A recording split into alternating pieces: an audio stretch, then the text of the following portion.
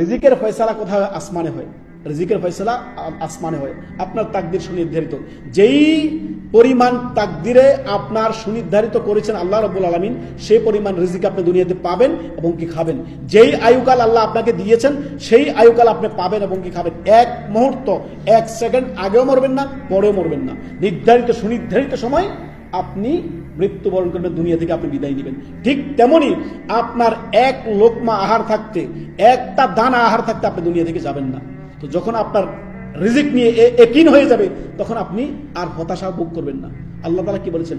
আল্লাহ রাব্বুল আলামিন এই মানে সূরা হুদের আয়াত নাম্বার 6 আল্লাহ রাব্বুল আলামিন বলেন, ওমা মিন দাব্বাতিন ফিল আরদ, আল্লাহর জমিনে এমন কোন পশু পাখি, এমন কোন প্রাণী নেই যে যার রিজিকের দায়িত্ব আল্লাহ নেননি।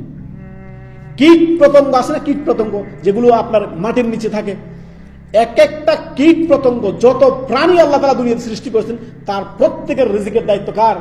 রব্বুল আলামিন। আল্লাহ বলতেছেন, ওমা মিন দাব্বাতিন ফিল আরদি ইল্লা আলাল্লাহি রিজকুহা, সমস্ত প্রাণীর, সমস্ত আপনার সৃষ্টির রিজিকের দায়িত্ব কার? রব্বুল আলামিনের। তো রিজিক নিয়ে আপনার একই আপনার ঈমানকে শক্ত করুন, মজবুত করুন। এত হতাশা কেন? চাকরি নাই, আল্লাহ চাকরি দিবেন ইনশাআল্লাহ। রিজিক নাই, রিজিক আসবে ইনশাআল্লাহ। দরজা খুলবে ইনশাআল্লাহ। রিজিক চান আল্লাহর কাছে। মুসা আলাইহিস সালাম কি করেছিলেন?